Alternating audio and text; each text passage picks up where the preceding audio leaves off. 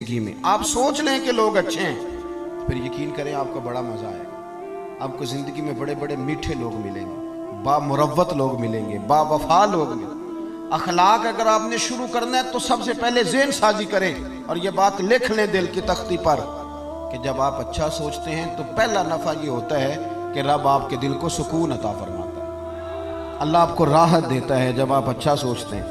حضرت بشر حافی رحمت اللہ علیہ کے بارے میں شیخ عبداللہ یافعی نے روض الریاحین کے اندر لکھا ہے، حضرت بشر حافی بہت بڑے درویش تھے۔ آپ کو پتہ نا آج کل لوگوں کو کامل پیر بھی نہیں ملتا، تو میں نے ایک دن کہا تھا، میں نے کہا 3 بندوں کا پیر کوئی نہیں ہوتا، ایک جو چودھری صاحب ہوتے ہیں ان کا بھی پیر کوئی نہیں ہوتا، اور ایک جن کی جیب میں پیسے زیادہ آ جائیں ان کا بھی پیر ہے۔ ناراض ہو گئے آپ؟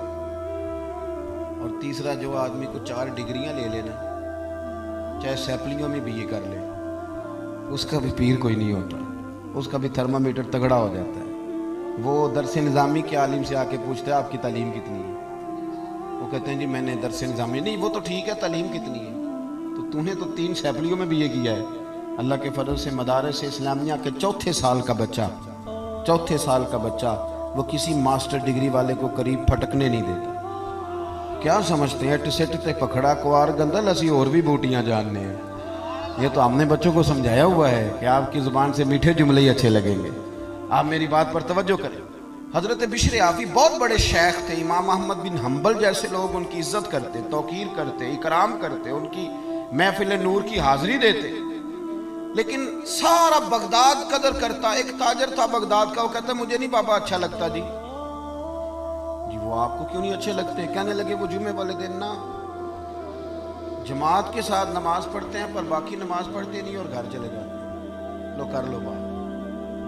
بہت سارے لوگوں کو شکوہ ہوتا ہے کہ ہمارا امام جو ہے وہ عصر کی سنتیں پہلی نہیں پڑھتا اور عشاء کی پہلی سنتیں نہیں پڑھتا، تو میں کہتا ہوں جس چیز کو رب رسول نے فرض نہیں کیا آپ کیوں کرتے ہیں؟ پڑھنی چاہیے انہیں، خیر کی بات یہی ہے، عمدہ بات یہی ہے، پر اتنی زیادہ تنقید، اتنی زیادہ، اور سارے فیصلے دوسروں کے لیے کر لیے نیک ہونے کے۔ وہ کہتے ہیں جی وہ بابا جی نا فرض پڑھتے تھے جماعت کے ساتھ تو باقی نماز جماعت کے ساتھ نہیں پڑھا کرتے تھے، چلے جاتے تھے تو مجھے اچھے نہیں لگتے تھے۔ لوگوں نے مجھے سمجھایا کہ اللہ کا نیک بندہ ہے، بڑے بڑے علماء اور ذی شعور لوگ قدر کرتے ہیں اور آپ کا یہ حال ہے۔ کہتا ہے میں نے ایک دن سوچا کہ میں پتہ تو کروں بابا جاتا کہاں ہے ویسے جمعے والے دن، اتنی جلدی کاہے کی؟ کہتے ہیں میں نے ان کے ساتھ نماز جمعے کی ادا کی، ایک ہی صف میں۔ حضرت بشر حافی سلام پھیرا، دعا بھی نہ مانگی اور اٹھ کے نکل گئے۔ کہتے ہیں جب وہ چلے تو میں بھی پیچھے چلا، ایک نان بائی کی دکان پہ پہنچے تو چند نان خریدے۔ میں نے کہا خو پیر صاحب کو بھوک نے ستایا تھا، وہ تو روٹی کی خاطر سنت اور نوافل چھوڑ دی۔ پھر وہ آگے بڑھے اور ایک ہوٹل سے انہوں نے کباب خریدے۔ میں نے کہا خو دیکھو ان کی عمر دیکھو اور ان کے ذائقے دیکھو۔ پھر وہ جب جنگل کی طرف بڑھے تو میں نے سوچا کہ یہ نا سبزے پہ بیٹھ کے اب کھانا کھائیں گے لوگوں سے چھپ کے، اور لوگوں کو بتائیں گے کہ روزے زیادہ رکھتا ہوں، میں تو عبادت میں رہتا ہوں۔ کہتے ہیں وہ جنگل کی طرف مڑے تو میں بھی پیچھے ہو گیا۔ چلتے چلتے نا حیران میں تب ہوا جب ایک جھونپڑی آئی، اس جھونپڑی کا دروازہ باہر سے بند تھا۔ بوڑھے شیخ نے اپنے کانپتے ہاتھوں سے وہ دروازہ کھولا، اور جب انہوں نے پردہ ہٹایا تو چارپائی پہ ایک بوڑھے بابا جی جو فالج زدہ ہے، مریض ہیں، وہ لیٹے ہوئے تھے۔ کہتے ہیں حضرت شیخ نے کھانا ایک کونے میں رکھا اور دوڑ کے پہلے بابا جی کو سیدھا کیا اور پھر جھٹ سے پیالے میں پانی لائے اور اپنے امامے کا پلو پانی میں ڈال کے تو بابا جی کا منہ صاف کیا۔